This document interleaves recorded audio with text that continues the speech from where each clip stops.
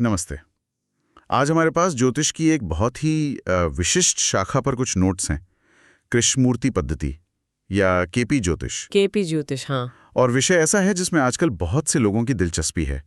सट्टेबाजी से लाभ, खासकर शेयर बाजार से। बिल्कुल। आज के दौर में जहां रिटेल इन्वेस्टिंग इतनी आम हो गई है, हर कोई उसे एक फायदे की तलाश में है। ये नोट्स एस.एन. पांडे के हैं और इनमें दावा किया गया है कि इस ज्योतिषीय प्रणाली का उपयोग करके वित्तीय लाभ की भविष्यवाणी की जा सकती है। हाँ, एक सिस्टमैटिक तरीके से।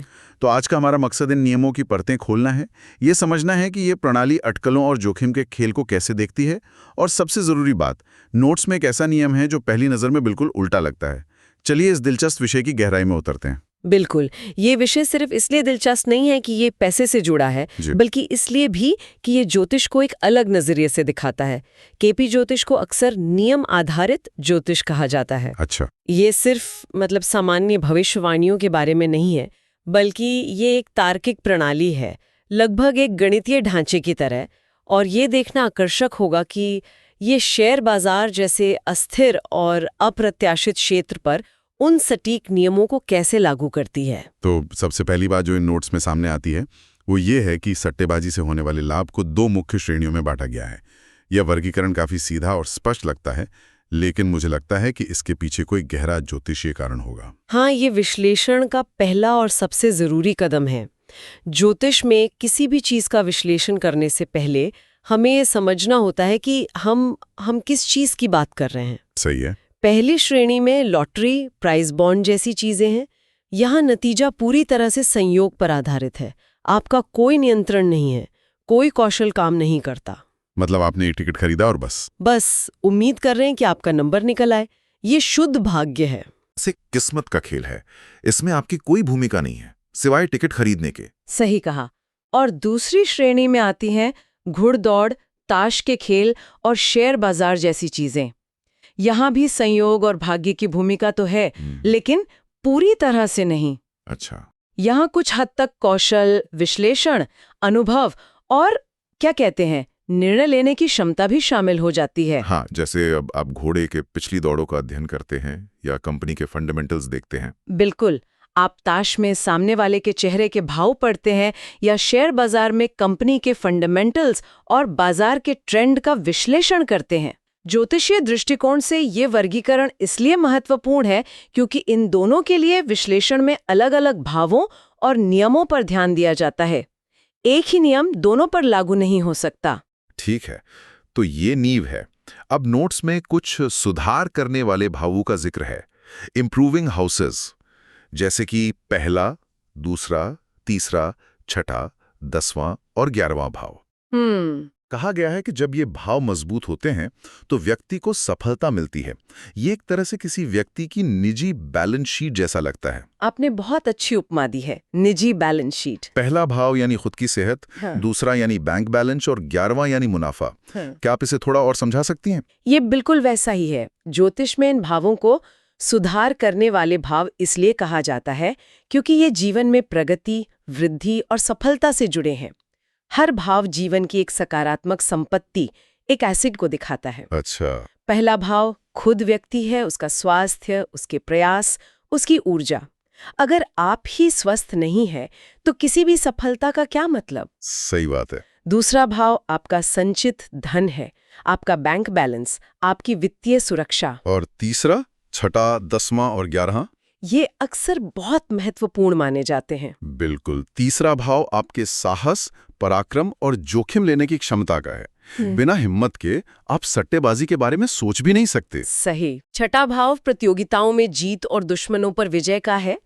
जब आप शेयर बाजार में पैसा लगाते हैं तो आप एक तरह से बाजार के साथ प्रतिस्पर्धा ही कर रहे होते हैं। हाँ, ये तो है। तो यहाँ छठे भाव का मजबूत होना जरूरी है। 10वां भाव आपके कर्म, आपके पेशे और समाज में आपकी स्थिति का है। और 11वां भाव, जिसे सबसे शुभ माना जाता है, वो है लाभ, आय और आपकी सभी इच्छाओं की पूर्ति का भाव। तो जब ये सभी भाव कुंडली में मजबूत होते हैं तो ये एक मजबूत नींव की तरह है जो बताती है कि व्यक्ति में सफल होने की क्षमता है। एग्जैक्टली। यहां तक सब समझ में आता है। ये एक तरह से सफलता का सामान्य खाका है। लेकिन फिर नोट्स बहुत विशिष्ट हो जाते हैं। उनमें साफ लिखा है कि किस तरह के लाभ के लिए कौन सा भाव देखना है। हाँ। जैसे लॉटरी के लिए तीसरा भाव, और शेयर बाजार के लिए 5वां भाव। ये सिर्फ ये नहीं कह रहा कि 11वां भाव देखो लाभ के लिए, बल्कि ये लाभ के स्रोत तक जा रहा है। हाँ, और यही केपी ज्योतिष की खासियत है, इसकी सटीकता। ये सामान्य नियमों से आगे जाकर बहुत विशिष्ट नियम देती है। तीसरा भाव, जैसा मैंने कहा, साहस और छोटे प्रयासों का है। इसे लॉटरी और प्राइज बॉन्ड जैसी गतिविधियों से इसलिए जोड़ा गया है क्योंकि वहां आपको बस एक छोटा सा प्रयास करना है, एक टिकट खरीदना है। इसमें बहुत ज्यादा मानसिक विश्लेषण या रचनात्मकता की जरूरत नहीं होती। यह एक त्वरित निर्णय है। और 5वां भाव शेयर बाजार के लिए क्यों, उसका क्या तर्क है? 5वां भाव ज्योतिष में बहुत गहरा अर्थ रखता है।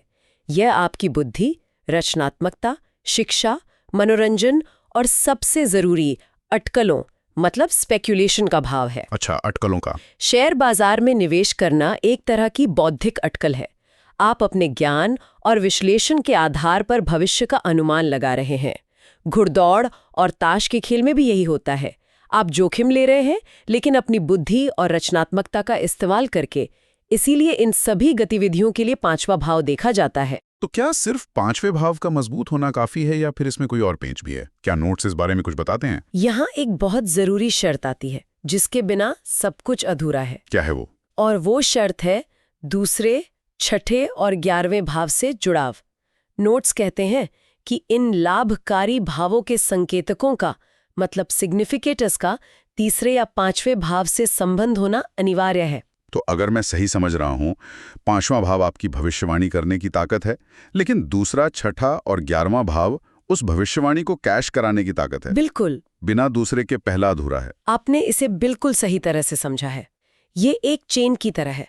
सोचिए, किसी व्यक्ति का 5वां भाव बहुत मजबूत है, जिसका मतलब है कि उसे शेयर बाजार में बहुत रुचि है, वो उसका विश्लेषण करना पसंद करता है और शायद उसकी अटकलें सही भी होती हैं। लेकिन क्या सिर्फ अटकलें सही होने से पैसा बन जाएगा? जरूरी नहीं। उसे वास्तविक वित्तीय लाभ तभी होगा जब उसकी कुंडली में धन, दूसरा भाव, प्रतिस्पर्धा में जीत, छठा भाव और मुनाफे, 11वां भाव के ग्रहों का उस अटकल यानी 5वें भाव से कोई संबंध बन रहा हो। अच्छा। अगर ये संबंध नहीं है तो हो सकता है कि व्यक्ति कहे, देखो मैंने कहा था ना कि ये शेयर ऊपर जाएगा, लेकिन उसने खुद उस पर पैसा लगाकर कमाया नहीं। हाँ, ये तो बहुत होता है। लाभ के लिए इन भावों का जुड़ना जरूरी है। ये एक पूरी मशीनरी की तरह है, जहां हर पुर्जा सही जगह पर होना चाहिए। यहां तक तो सब कुछ सीधा साधा लग रहा था। नियम साफ थे। एक मजबूत नींव चाहिए, फिर अटकल का भाव और मुनाफे के भावों का जुड़ाव। लेकिन फिर मैंने नोट्स का अगला हिस्सा पढ़ा और सच कहूं तो मेरा सिर चकरा गया। ये उस सब कुछ के खिलाफ जाता है जो हमने अभी अभी सीखा है। हाँ, अब हम इस प्रणाली के सबसे सूक्ष्म और गहरे हिस्से में आ रहे हैं। ये वह बिंदु है जो एक नौसीखिए और एक विशेषज्ञ के विश्लेषण को अलग करता है। बताइए। नोट्स में साफ लिखा है कि शेयर बाजार जैसे मामलों का विश्लेषण करते समय उन ग्रहों को लेना चाहिए जिनका 5वें भाव से संबंध है, लेकिन उन ग्रहों को कभी नहीं लेना चाहिए जो सीधे तौर पर 5वें भाव के संकेतक हों, खासकर उपनक्षत्र स्वामी। एक मिनट, ये तो बिल्कुल उल्टा लग रहा है ना? मतलब जिस भाव को हम लाभ के लिए देख रहे हैं, उसी का सबसे मजबूत ग्रह असल में हमें नुकसान पहुंचा सकता है। ये कैसे हो सकता है? और ये उपनक्षत्र स्वामी क्या है? इसका इतना महत्व क्यों है? चलिए पहले उपनक्षत्र स्वामी को समझते हैं। केपी ज्योतिष में हर ग्रह के परिणाम को 3 स्तरों पर देखा जाता है: ग्रह खुद, उसका नक्षत्र स्वामी और उसका उपनक्षत्र स्वामी। 3 लेवल्स पर। हाँ, उपनक्षत्र स्वामी को अंतिम परिणाम का निर्णायक माना जाता है। ये उस घटना के होने या न होने पर आखिरी मुहर लगाता है, इसीलिए इसका महत्व सबसे ज्यादा है। ठीक है, ये समझ गया। अब आपके सवाल पर आते हैं कि ये नियम उल्टा क्यों लगता है। इसका ज्योतिषीय तर्क बहुत आकर्षक है। ये खुद बाजार है या वो व्यक्ति जिसे आप शेयर बेच रहे हैं या जिससे खरीद रहे हैं? ठीक है, तो 7वां भाव हुआ बाजार। हाँ, अब ज्योतिषीय गणना का एक नियम है जिसे भावत भावम कहते हैं। इसके अनुसार किसी भी भाव से 11वां भाव उस भाव का लाभ होता है। ओके। जैसे आपके पहले भाव यानी आप खुद से 11वां भाव आपका लाभ है। अब अगर हम 7वें भाव यानी बाजार को पहला भाव मानकर गिनती करें तो उससे 11वां भाव कौन सा होगा? 7 में से 11वां? हाँ, 7 में से गिनती शुरू करें। 7, 8, 9, 10, 11, 12, 1, 2, 3, 4 और 5। तो 5वां भाव। इसका मतलब 5वां भाव 7वें भाव का यानी बाजार का लाभ है। बिल्कुल, आपका 5वां भाव आपके विरोधी मतलब बाजार का 11वां भाव यानी लाभ का भाव है। अरे तो अगर किसी की कुंडली में कोई ग्रह, खासकर निर्णायक उपनक्षत्र स्वामी, सीधे तौर पर और बहुत मजबूती से 5वें भाव का संकेतक बन रहा है, तो इसका मतलब हो सकता है कि लाभ व्यक्ति को नहीं, बिल्कुल, बल्कि उसके विरोधी यानी बाजार को हो रहा है। एग्जैक्टली। व्यक्ति की अटकल तो सही होगी, लेकिन पैसा बाजार कमाएगा। हो सकता है उसने सही समय पर खरीदा ना हो या सही समय पर बेचा ना हो। तो इसीलिए ये प्रणाली सीधे तौर पर 5वें भाव के सबसे मजबूत संकेतकों पर भरोसा करने से मना करती है। हाँ, ये तो कमाल की बात है, यानी आप जिसे अपनी ताकत समझ रहे हैं, वो असल में आपके विरोधी की ताकत बन सकती है। ये तो शतरंज की खेल जैसा है, जहां आपको सिर्फ अपनी चाल नहीं, सामने वाली की चाल भी देखनी होती है। आपने बिल्कुल सही समझा। यह ज्योतिष का वो नियम है जो हमें याद दिलाता है कि आप बाजार से ज्यादा होशियार नहीं हो सकते, भले ही आपकी कुंडली कितनी भी अच्छी क्यों ना हो। यह दिखाता है कि ये प्रणाली कितनी परिष्कृत है। वाकई ये सिर्फ हाँ या ना में जवाब नहीं देती, बल्कि ये देखती है कि उस लेन-देन में ऊर्जा का प्रवाह किसकी तरफ है, आपकी तरफ या बाजार की तरफ। इसलिए नियम कहता है कि ग्रहों का 5वें भाव से संबंध होना चाहिए, यानी उस पर प्रभाव डालना चाहिए, लेकिन उसका स्वामी या सबसे मजबूत संकेतक नहीं होना चाहिए। ये एक महीन रेखा है जिसे समझना बहुत जरूरी है। इस नियमों को लागू करते समय लोग सबसे आम गलती क्या करते हैं?